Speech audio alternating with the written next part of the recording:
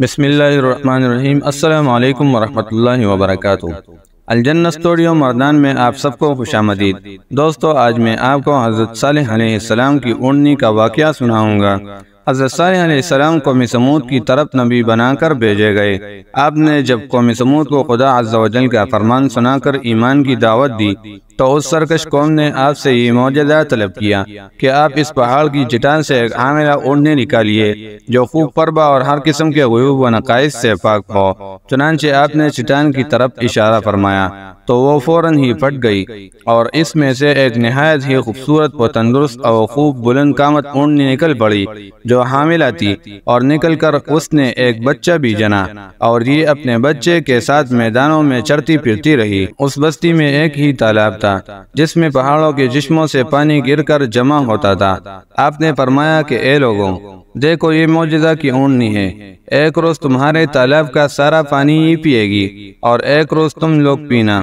قوم نے اس کو مان لیا۔ پھر آپ نے قوم سمود کے سامنے یہ تقریر فرمائی: اے میری قوم، صرف ایک اللہ کی عبادت کرو، اس کے سوا تمہارا کوئی معبود نہیں۔ بے شک تمہارے پاس تمہارے رب کی طرف سے روشن دلیل آئی۔ یہ اللہ کی اونٹنی تمہارے لیے نشانی ہے، تم اسے چھوڑ دو کہ اللہ کی زمین میں کھائے اور اسے برائی سے ہاتھ نہ لگاؤ، ورنہ تم سب پر دردناک عذاب آئے گا۔ چند دن تو قوم سمود نے اس تکلیف کو برداشت کیا کہ ایک دن ان کو پانی نہیں ملتا تھا، کیونکہ اس دن تالاب کا سارا پانی اونٹنی پی جاتی تھی۔ اس لیے ان لوگوں نے طے کر لیا کہ اس اونٹنی کو قتل کر ڈالے۔ چنانچہ اس قوم میں قدار بن سالب، جو سرخ رنگ کا بری آنکھوں والا اور پست قد آدمی تھا اور ایک زناکار عورت کا لڑکا تھا، ساری قوم کے حکم سے اس اونٹنی کو قتل کرنے کے لیے تیار ہو گیا۔ حضرت صالح علیہ السلام منع کرتے رہے، لیکن قدار بن سالب نے پہلے تو اونٹنی کے چاروں پاؤں کو کاٹ ڈالا، پھر اس کو ذبح کر دیا اور انتہائی سرکشی کے ساتھ حضرت صالح علیہ السلام سے بے ادبی سے گفتگو کرنے لگے۔